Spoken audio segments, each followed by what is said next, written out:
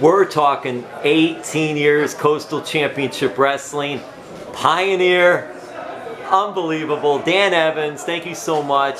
Just what is it like, Dan? I mean, there aren't many, if any, indie groups, whether it be Florida or anywhere else, that can say they've been around 18 years and going. Yeah, certainly not in Florida. I mean, there's some groups in the Northeast been around for a long time, and it's, my hat's off to them too, because it's just not easy to do.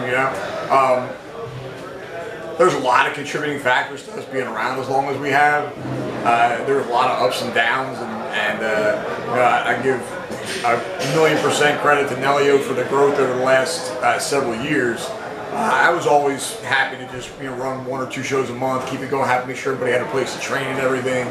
But he had a whole other idea in mind, and just went with it and helping out as best I can. And it's crazy how things have really grown over the last couple, 3 years. It really has. Now you guys are in Miami, Hialeah, West Palm sometimes, Port St. Lucie, Ocala, Tennessee. I mean, just growing all over the place. Yeah. What have you thought about the growth and how this has picked up with CCW? Like I said, it's pretty amazing. Again, it wasn't my plan.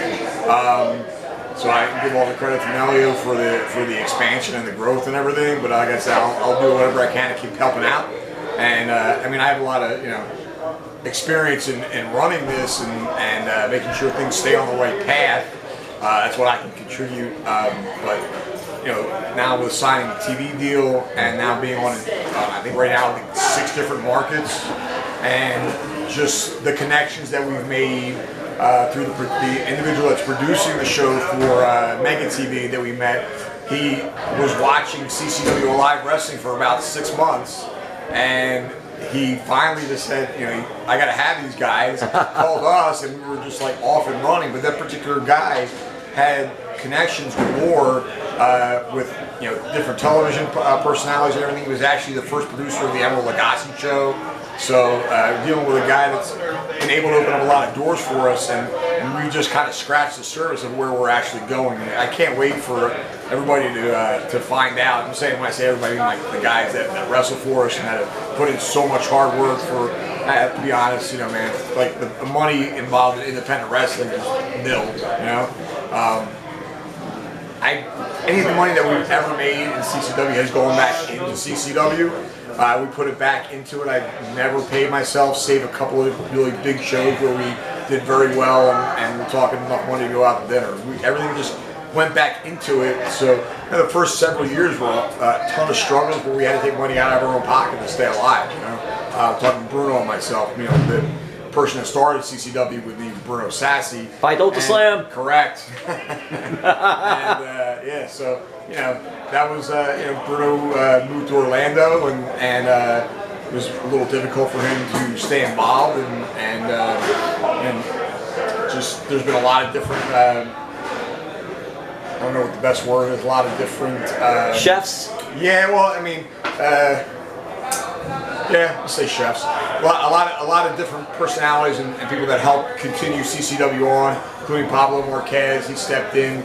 Dave Johnson was involved heavily in terms of like booking and things like that. And I stepped away from it for a while. I opened up a restaurant that did not end up staying open, so I kind of got dragged back into it. And, one thing always leads back to CCW, and it's one of those things that you just can't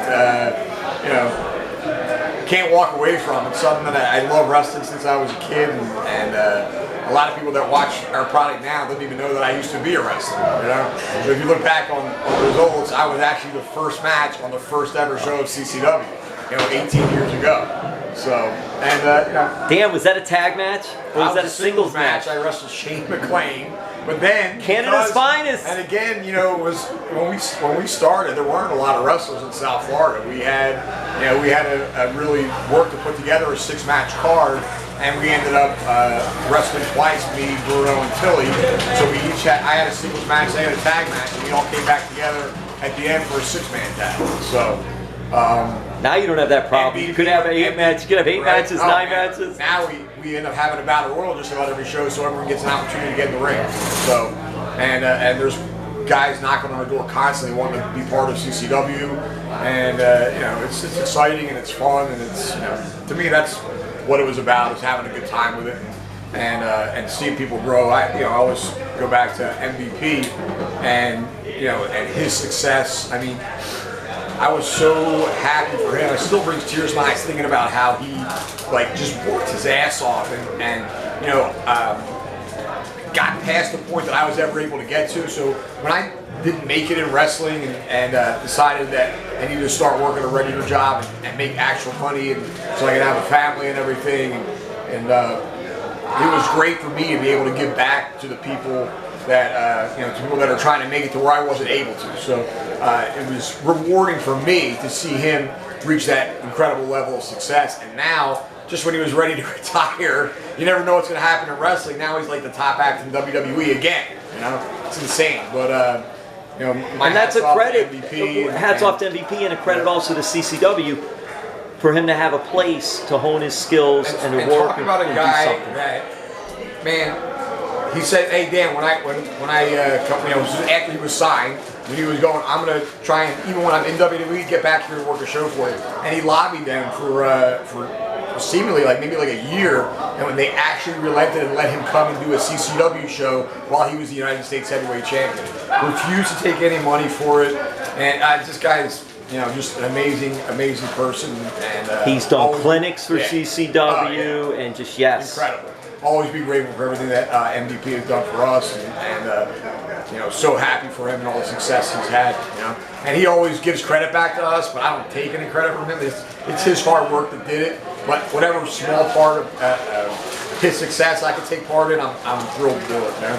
And then lastly, when you mentioned someone like MVP, and you mentioned talent, young talent, veteran talent, and then name talent, and CCW has always been good about not loading the card with a lot of big names, but bringing a big name in and working with the younger talent and all. And just, has that always been something that's been a good sign for CCW to do it that way? Exactly. I mean, the idea of bringing guys in is for our younger guys that are coming up to get the rub and learn from them, and you know, it gives, like, when they wrestle a guy like MVP, he could say, "Hey man, that guy Cha-Cha Charlie was incredible. I was in that match with him. Cha-Cha, I'm going to look out for you. If I hear about anything that might open up for you, I'll certainly recommend you," that kind of thing. So good networking. They help, absolutely. They help each other out, you know.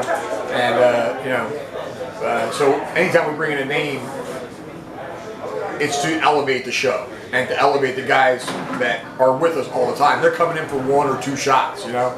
There was a period of time when we had Dustin Rhodes as our CCW Heavyweight Champion, and he wrestled for us, I think, for a couple of years, just about every single show, you know. And that helped elevate, you know, our platform, our brand. Yeah. You know, it made CCW, I guess, more legitimate to have a guy not coming in just for 1 shot, but he's your heavyweight champion. And it's interesting to see what might happen each show from show to show. Help the reputation and the name of CCW. Yep. So, well, Dan, thank you for all you've done for CCW and how this is continuing and everything like that. And I appreciate the time, and all the best with everything. Thanks, sir. Appreciate it.